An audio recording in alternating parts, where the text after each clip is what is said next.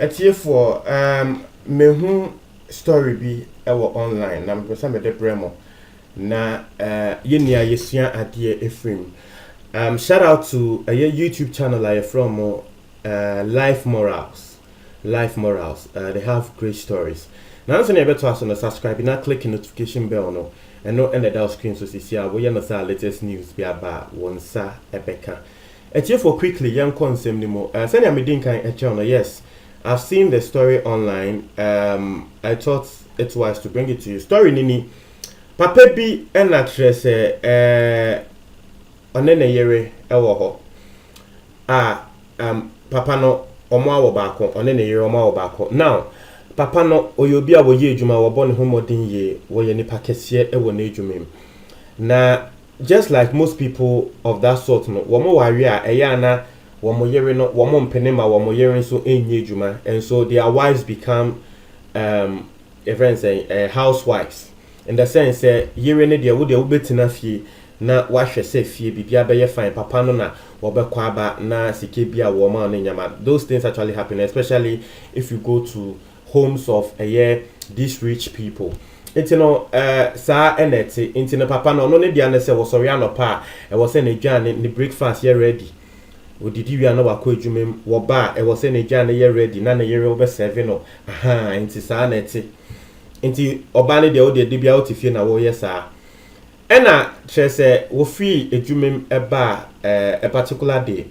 Now wo ba ye no ena trese na ne ba ete couch mu ena trese wo ba ye wo ne ba di agro ne ba e ka ne ba e welcome ne nyama ena wo frɛ o ka se won frɛ ne mame embre no o friend ma me ben no o ka tene se chale e komede no pa na ne yere embe 7 aduane normally ya na ne yere de 7 aduane e wo omo dining table and o ka se dabi ne yere no ana dining hall and o ka tene ne se dabi o be 7 aduane no e wo living room ho a wo tena bibia wo ne ba no etena e komede no e na yere ka tene se oh mira mesrel aduane ne de edile kakra enyama bi nti no aduane ne edile kakra but ebe bi nsisia e wogya so akakakra na be mesraw eho na papa ne se won tie ase o se ne buefu die ntia e na maware o die ntia na wo ye housewife wo nko bebia wo nye adwuma bia wo dia ne se wo tene fie na wa ye aduane ama me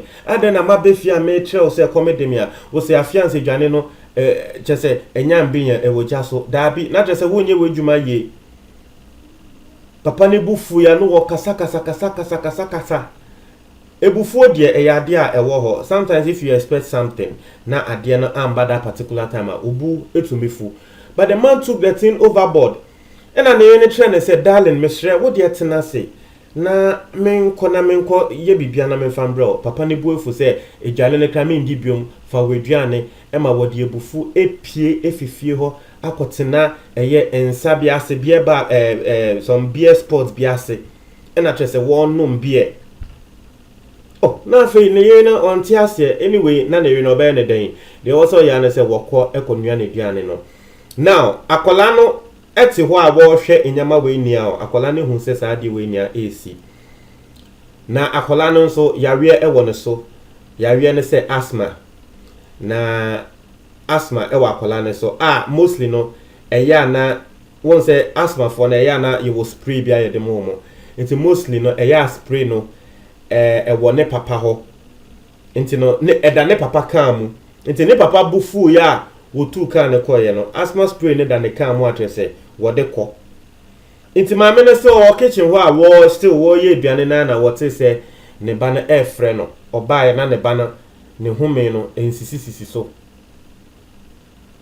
nti ho na oye na adwen se edro no nti wo frɛ papa na atre ne se darling akola ne yare na ba oyesre edro no ewe he papa no so akotena beer sport biase na wo no beer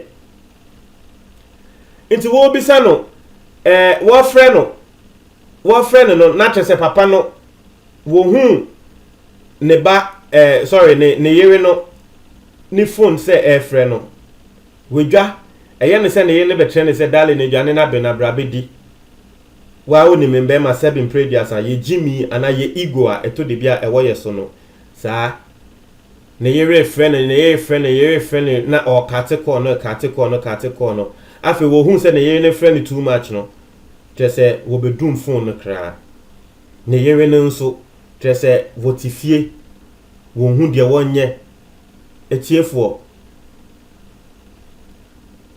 papa no ebe san ne chi abafie no na trese asema eni kwan se wote abane saa ene se ne ba no efrim due to asthma trese avreho sem na afi mame no enhu de wonye ne ho ena wo ka che ni kunu no se sisi ade weni aso de wo pene se sisi a wenya de wo pene wenya trese afi papa no kra wo hu de wonye ne ho de ne se guniti se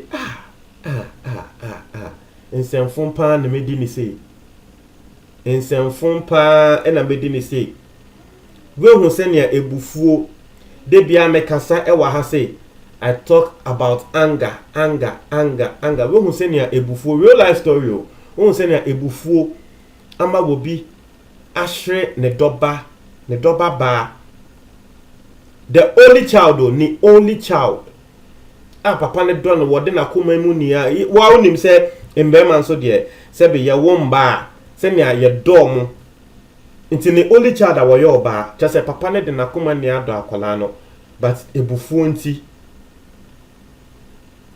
na de si ye obi be bisa se nti mame no wankọ abonten anko bisa for help ana wokọ abonten ko bisa for help ba wo bia emfi no anya bia wo ukunu kra no onfiu na obi a abonten so ni a wono na mo abonten wono no obefiu opie abonten frɛ for help ni bewuo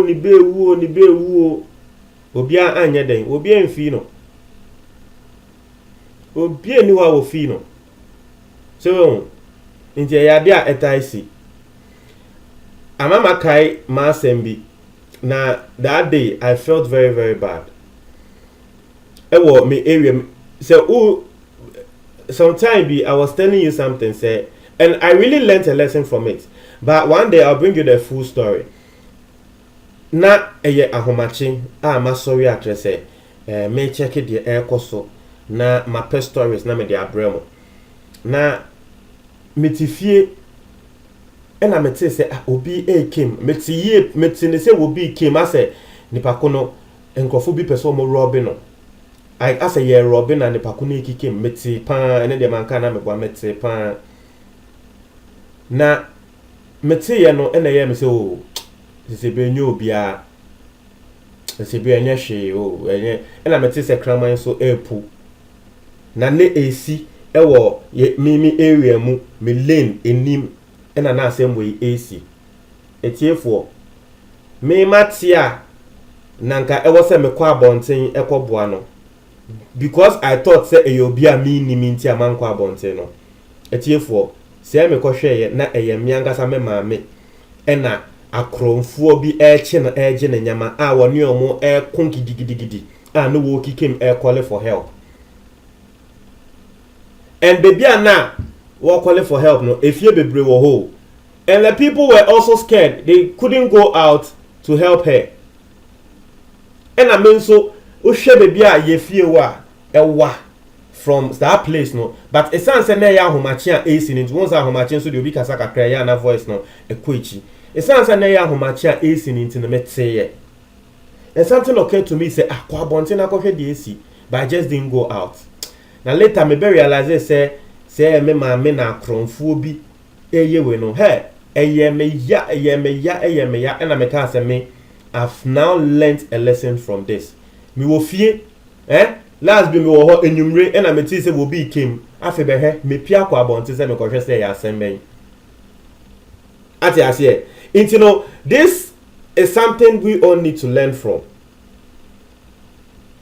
Show papa no wono angasa kra no ne yere friend no wenfio.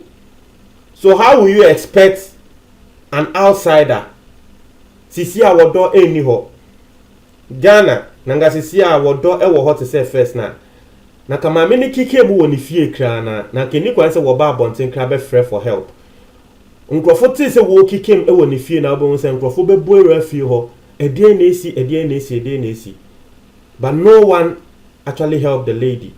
Okwabontin and Nkrofo kokasa and Nkrofo no katro mo say Nkrofo no katre ma me say oh we are also doing something like omonso yomojuma omo e busy awomo yomojuma. They can't leave their work and come to attend to the woman. That's what they told her.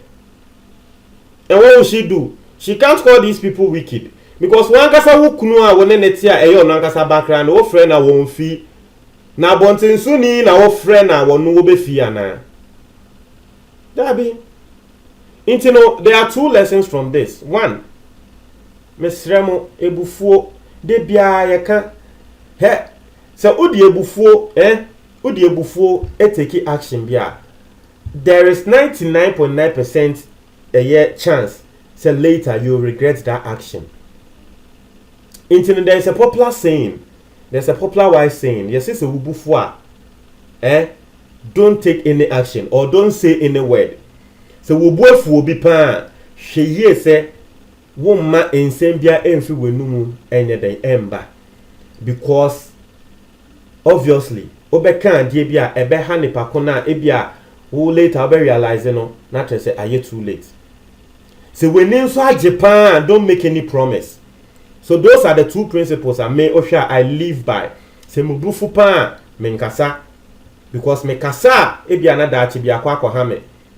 Me ni Japan so me make promise. Won say nipa de obi eni age pan obon say afi no hyehyebo me ye we ama meto we ama obon say afi enije no etwem kwa obon say afi ni we Africa so obeye we ama na later o de aya asem ka say o ka say obeye we ama me wanye na tese wa beda ni nipa bone no ati ase intino so wo bu fu a don't say any word and wo bu fu a menka bibia ntre obi ya.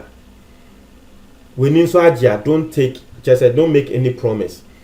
Now, that is the first lesson we can learn from this, from the father's side. Papa nankasa, ni negligence, ni nebufu, any ni ego nti, ama neba efrimu ya.